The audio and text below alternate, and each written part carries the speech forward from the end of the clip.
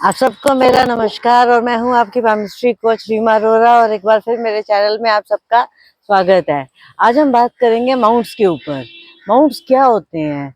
हमारे हाथ में क्या होता है कि अलग अलग वेन्स, छोटी छोटी वेन्स होती हैं हमारे हाथ के अंदर, और वो वेन्स अलग अलग डायरेक्शंस में मूव कर रही होती हैं। लेकिन कई बार क्या होता है कि वो इस डायरेक्शन में मूव करते हुए, इधर मूव करते हुए, इधर मूव करते हुए एक पर्टिकुलर पोर्शन में इकट्ठी हो जाती हैं और फिर वो एक थोड़ा सा फ्लैशी सा एरिया बना देती हैं और उसको फुला देती हैं। तो उस फूले हुए पोर्शन को माउंट्स कहा जाता है। तो यही माउंट्स में ही हमारे सारे 9 प्लैनेट्स भी वास करते हैं।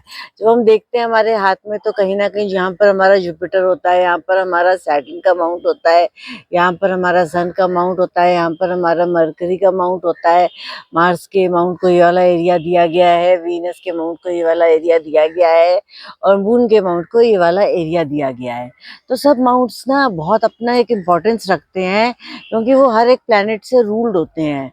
जब वो प्लैनेट से रूल्ड होते हैं तो उस प्लैनेट की क्वालिटीज़ कहीं ना कहीं हमारी लाइफ में एक रोल प्ले करती हैं, अपनी इम्प्लीकेशंस छोड़ती हैं, अपना इम्पैक्ट छोड़ती हैं और हमें लाइफ में आगे बढ़ने में और आगे डिसीजंस लेने में हेल्प करती हैं या फिर हमें रोकती हैं।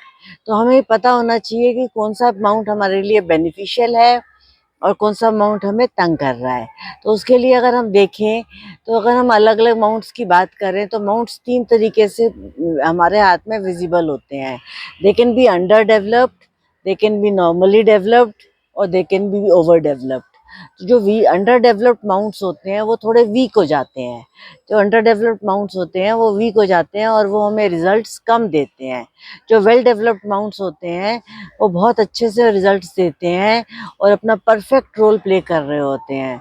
और जो ओवर डेवलप्ड माउंट्स होते हैं उनका इफेक्ट इतना ज़्यादा हमारे लाइफ में आ जाता है कि उसका इम्पैक्ट ओवर हो जाता है और किसी भी चीज़ की अति खराब होती है।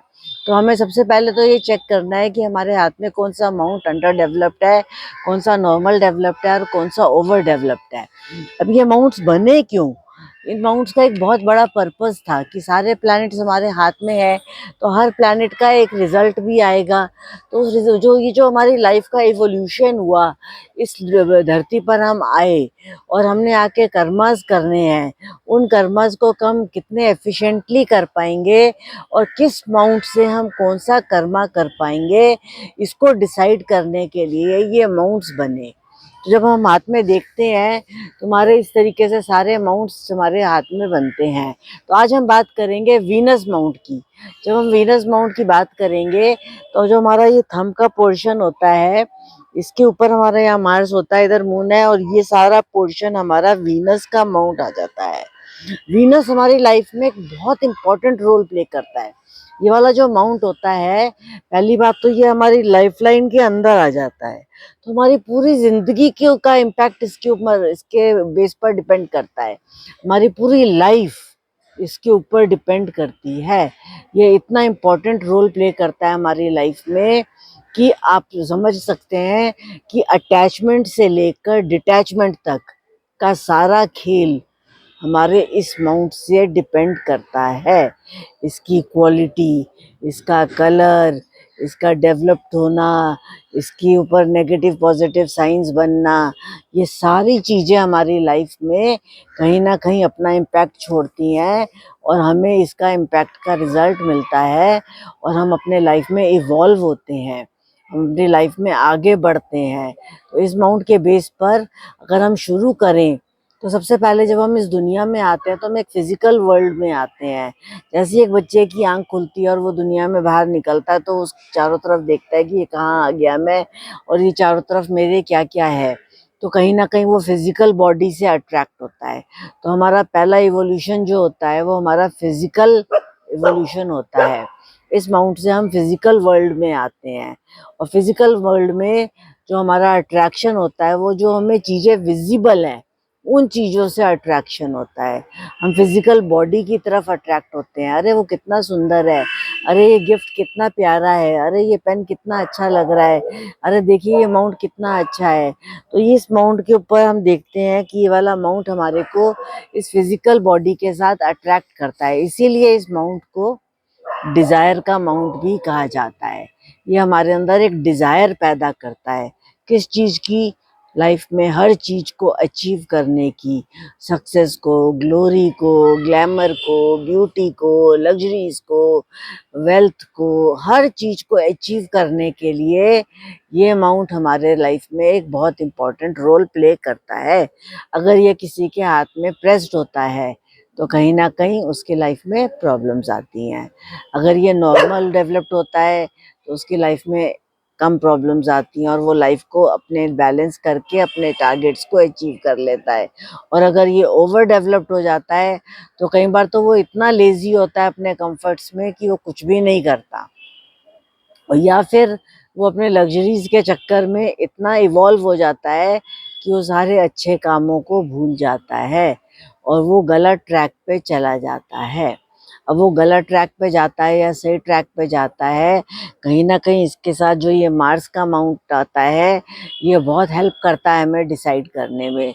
इस माउंट के बीच में एक डिवाइडिंग लाइन होती है जो मार्स को और वीनस को अलग करती है। ये मार्स है, यहाँ पर Mars is action, Venus is desire. तो आपके अंदर जो एक डिजायर आती है तो आप एक फिजिकल डिसीजन लेते हैं। क्या लेते हैं? Physical decision. उस फिजिकल डिसीजन के लिए आप मेंटली सोचते हैं पहले कि मुझे इससे क्या बेनिफिट मिलेगा। फॉर एग्जांपल किसी को एक गिफ्ट शॉप खोलनी है तो वो सबसे पहले ये देखेगा कि क्या मुझे इस गिफ्ट शॉप से बेनिफिट मिलेगा, तो वो अपने मेंटल प्लेन पे काम करेगा, वो अपने हेडलाइन से सोचेगा और उसके बाद वो वीनस के डिसीजन को लेगा। इसकी क्वालिटी जैसी होगी वैसा ही वो डिसीजन ले पाएगा।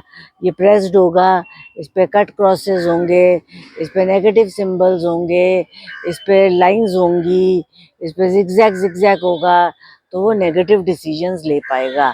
और अगर ये नीट एंड क्लीन होगा तो वो मेंटल प्लेन पे बहुत अच्छे लेवल से डिसाइड कर पाएगा कि what is correct for me and what is wrong for me. इसीलिए इस माउंट के साथ लोग फीमेल या मेल इंटरेक्शन को भी कनेक्ट कर देते हैं और लोग इसमें बहुत मिसयूज़ होता है इस चीज़ का और इसको गलत इंटरप्रेट कर देते हैं। लेकिन ये मेन जो इसका काम होता है ये कहीं ना कहीं हमारे बॉडी अट्रैक्शन की तरफ ज़रूर होता है। इसीलिए हम इसको यूज़ करते हैं जब हम किसी की मैच मेकिंग करते हैं या हम डिसाइड करते हैं कि उसकी लाइफ आगे कैसे होगी। उसके बाद आते हैं हम मेंटल प्लेन पे। अब मेंटल प्लेन पे हमने ये प्रैक्टिकल डिसीजंस लिए कि वीनस की लग्जरीज को इवॉल्व करने में, यूज़ करने में, ग्रो करने में क्या मुझे मेंटल बेनिफिट है या नहीं, क्या मुझे मेंटली इसमें आगे जाना चाहिए या नहीं, पहली चीज़। सेकेंडली, क्या मेरे अंदर वो एनर्जी है भी, क्या मेरे अंदर वो स्ट्रेंथ है, क्या मैं टाइमली सो पा रहा हूँ, क्या मैं रेस्ट कर पा रहा हूँ ताकि मैं और ज़्यादा इसको इवॉल्व करूँ। ये मेंटल प्लेन डिसाइड करता है उसका। जब ये मेंटल प्लेन पे वो काम करता है तो वो कहीं ना कहीं इन सब चीज़ों को बहुत अच्छे से समझता है। उसके बाद हमारा नेक्स्ट रिफ्लेक्शन आता है साइकोलॉजिकल। अब आदमी साइकोलॉजिकली काम करने लग जाता है, वो दिन रात सोचने लग जाता है कि मुझे मेंटल प्लेन पे काम करना है, फिजिकल प्लेन पे काम करना है, क्या ये मेरा सही डिसीजन है, क्या ये मेरा गलत डिसीजन है, इसके प्रॉन्स एंड कॉन्स क्या है। तो ये उसका साइकोलॉजिकल माइंड चल रहा है। बहुत ज़्यादा इस चीज़ को वो साइकोलॉजिकली समझने की कोशिश करता है, वो ह्यूमन साइकोलॉजी को समझता है, वो वर्ल्डली साइकोलॉजी को समझता है और फिर वो अपने लाइफ के डिसीजंस लेता है। अभी साइकोलॉजी को समझने के लिए कहीं ना कहीं उसका मून का माउंट भी बहुत हेल्प करता है, प्लस उसकी हार्ट लाइन बहुत हेल्प करती है। ये सारे माउंट सब इंटरकनेक्टेड है, लेकिन मेन रोल जो वीनस का है वो फिजिकल से शुरू हुआ, फिजिकल से वो मेंटल पे गया, मेंटल से वो उसके साइकोलॉजिकल पे आया। अब जब वो साइकोलॉजिकली डिसाइड कर लेता है कि कोई भी काम उसके लिए अच्छा है या बुरा है, तो फिर वो तब तक उस काम के लिए इमोशनली अटैच हो चुका होता है। जब वो इमोशनली अटैच हो चुका होता है तो उसको कोई भी डिसीजन लेना बहुत इजी या बहुत मुश्किल हो जाता है कि अब मुझे, मेरे लिए ये डिसीजन लेना ठीक भी है या नहीं, क्या मुझे आगे बढ़ना चाहिए या मुझे अपने आप को यहाँ पर रोक लेना चाहिए। तो जब वो इमोशनल डिसीजन ले लेता है और इमोशनली ग्रो करने लग जाता है तो उसको आगे बहुत लाइफ में पता लग जाता है कि उसके लिए बेस्ट क्या है। इमोशनल डिसीजंस लेने के बाद इमोशनल डिसीजंस लेने के बाद वो इसके मून के ऊपर डिपेंड करता है, प्लस वीनस के ऊपर डिपेंड करता है कि इमोशनल डिसीजंस वो कैसे लेता है। और इमोशनल डिसीजंस लेने के बाद वो एक बहुत हम्बल पर्सन बन जाता है, क्योंकि उसने लाइफ को एनालाइज कर लिया होता है। तो जब वो लाइफ को एनालाइज कर लेता है तो वो कर्म में आ जाता है। वो अपने कर्म, अपनी लाइफ स्टाइल में अपने कर्मास को इवॉल्व कर लेता है और अपने स्पिरिचुअल लेवल पे आ जाता है। वो ये सोचता है कि मैं किसी का बुरा नहीं करूं, मैं कुछ गलत नहीं सोचूं, लेकिन इसकी क्वालिटी खराब हो जाए, इस पे नेगेटिव सिंबल्स बन जाए, इस पे कट क्रॉसेस बन जाए, तो वो क्या सोचता है, मैं चीटिंग करके अपना बेनिफिट ले लूं। लेकिन ये नीट एंड क्लीन होता है तो वो सोचता है कि मैं लोगों का फायदा कर दूं। तो वो स्पिरिचुअल प्लेन पे काम करने लग जाता है। तो वो जब स्पिरिचुअल प्लेन पे करने लग जाता है तो एक हाई लेवल का पर्सन बन जाता है। एंड फाइनली ये हमारी लाइफ की एंडिंग है। और यहाँ जिसके हाथ में यहाँ पर फिश बन जाती है, केतु का सिंबल बन जाता है, वो पर्सन डिटैच्ड हो जाता है। वो स्पिरिचुअली इतना हाई हो चुका होता है कि उसको किसी चीज से मोह ही नहीं रह जाता। वो अपनी ड्यूटीज पूरी कर रहा होता है और वो फिजिकल वर्ल्ड से डिटैच हो जाता है। जब वो फिजिकल वर्ल्ड से डिटैच हो जाता है तो बिना सेल्फिश इंटरेस्ट के ही अपने आप को meditation, spiritual activities, higher level की पूजा पाठ और उन सब चीज़ों में इवॉल्व कर लेता है और वो एक हायर लेवल का पर्सन बन जाता है और वो लोगों का भला करने लग जाता है।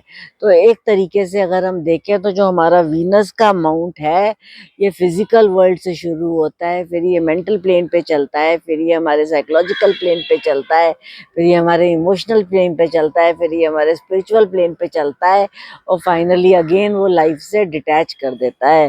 अटैचमेंट टू डिटैचमेंट का रोल हमारा वीनस माउंट प्ले करता है। Thank you very much.